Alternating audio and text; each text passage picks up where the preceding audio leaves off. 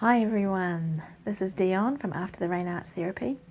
Now I say that I work with people who have depression, anxiety and childhood trauma, and I haven't really talked about them very much. I don't think I have, maybe I have. Anyway, I just wanted to talk to you a little bit about anxiety and how I recognised that anxiety was a problem for me. I definitely recognised myself as a worrier. For a long time I described myself as a worrier. That didn't click for me.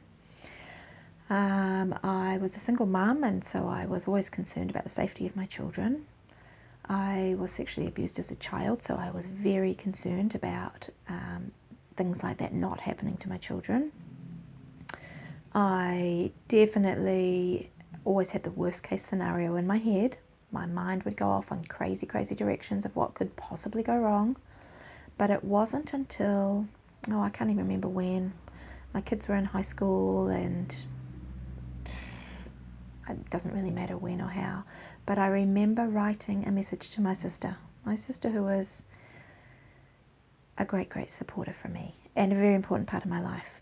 And I wrote to her, I'm worried about how worried I am.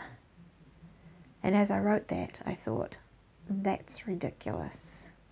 And it just all clicked, and I realised that it wasn't the things I was worrying about that were the problem. It was the fact that I was worrying so much that was the problem. I recognised anxiety in my life, and anxiety kind of holding me back.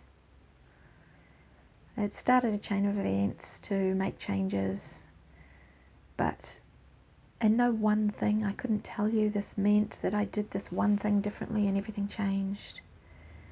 But like I've said before, and I'll say again, you can't change anything you don't recognize and acknowledge.